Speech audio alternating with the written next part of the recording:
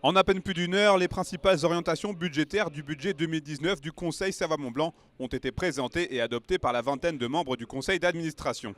Un budget sans grande surprise qui fait la part belle à l'agriculture. 25 millions d'euros environ, il est en légère progression par rapport à l'an passé. Il est caractérisé sur un effort particulier sur l'agriculture. Un point particulier exceptionnel, on l'espère, c'est l'accompagnement des agriculteurs qui ont souffert de la sécheresse.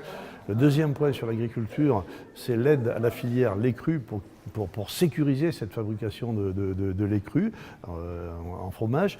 Et puis le point particulier sur la politique des alpages que nous poursuivons. L'environnement, la filière bois, la culture, le tourisme ou encore les sports, autant de domaines d'activité chers à notre territoire qui feront encore cette année l'objet d'une attention particulière de la part du Conseil Savoie-Mont-Blanc. Mais c'est l'enseignement supérieur qui pourrait être le grand gagnant de cette mouture 2019. Nous avons décidé avec Hervé Guémard de créer un petit groupe de travail pour réfléchir à ce qui a été fait ces précédentes années dans les investissements sur les sites universitaires, dans le cadre des contrats de plan État-région, dans le cadre de l'équipement pluriannuel des investissements dans l'université également, pour rediscuter de ce sujet et essayer de trouver une forme d'avancée collective. En 2001, à la création de l'Assemblée des Pays de Savoie, l'ancêtre du CSMB, les répartitions budgétaires étaient souvent compliquées.